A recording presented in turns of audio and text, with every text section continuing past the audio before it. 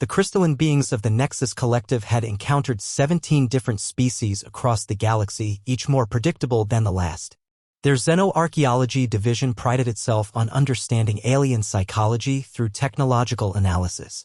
When they discovered the derelict human warship drifting near the Kepler 442 system, they expected another routine examination. Commander Zethkar activated the scanning matrix, his translucent form pulsing with anticipation. The vessel appeared crude by their standards, metal plating instead of grown bioarmor, chemical propulsion rather than quantum displacement. Yet something about its angular design triggered an instinctive unease among the research team. "Begin deep structural analysis," Zethkar commanded, his harmonics resonating through the ship's crystalline hull. The first discovery came within minutes.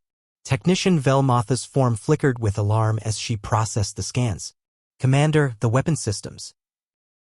They're not just designed to disable." Zethkar extended his consciousness into the data stream. Human weapons were built with a singular purpose: complete annihilation. No stunning capabilities, no capture protocols, no mercy subroutines. Every projectile, every energy discharge, every explosive device was engineered to maximize lethality.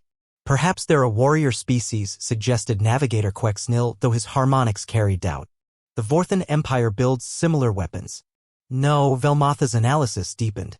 "The Vorthans design weapons for conquest, territory acquisition. These humans, they build weapons to ensure nothing survives." The next revelation came from the ship's medical bay. Unlike other species who developed healing technologies alongside their weapons, humans had created something far more disturbing. Their medical systems weren't just designed to heal, they were built to keep warriors functional despite horrific injuries.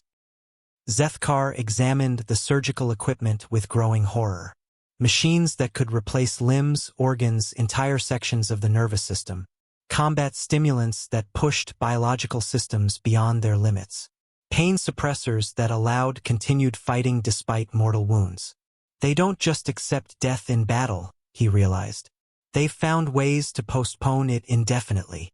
But the true terror emerged when they accessed the ship's tactical database.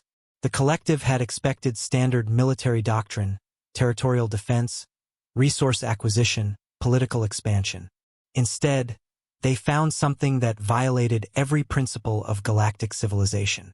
Humans didn't just fight wars. They fought wars of extinction. The database contained detailed plans for something called scorched earth protocols. When facing defeat, humans would systematically destroy everything of value, not just military assets, but entire ecosystems. They would poison worlds rather than let enemies claim them. They would collapse stars rather than surrender strategic positions. "This cannot be accurate," Quexnil's harmonics trembled with disbelief. "No species would destroy habitable worlds. The galaxy has finite resources." Zethkar's form darkened as he processed more files. The humans had multiple contingency plans for species-wide extinction events. If faced with inevitable defeat, they would ensure their enemies inherited nothing but ash and radiation. The final discovery broke the research team's composure entirely. Deep within the ship's core, they found the most terrifying weapon system they had ever encountered. Not a gun, not a bomb, but something far worse. A detailed psychological profile of every known alien species in their sector. Humans didn't just study their enemies to defeat them. They studied them to understand their deepest fears, their cultural taboos, their biological vulnerabilities. The psychological warfare protocols were designed to break enemy civilizations from within, turning their own instincts against them. "They're not just warriors," Velmoth whispered through the ship's crystal matrix. "They're predators. And they've been studying us." Zethkar immediately ordered the warship's destruction. The research data was classified beyond the highest security levels, shared only with the collective's governing minds. They had a choice to make: attempt first contact with this terrifying species or ensure humanity never learned about the greater galactic community.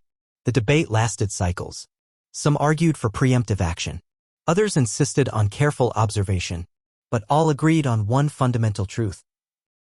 Humans represented something unprecedented in galactic evolution, a species that had weaponized not just technology but the very concept of survival itself. In the end, the Nexus Collective chose the path of cautious isolation. They would monitor human space from a distance, ready to act if humanity ever developed faster-than-light travel. Because they had learned something that would haunt the galaxy's peaceful civilizations forever. Somewhere in the darkness between stars, a species existed that viewed extinction not as a failure, but as a tool.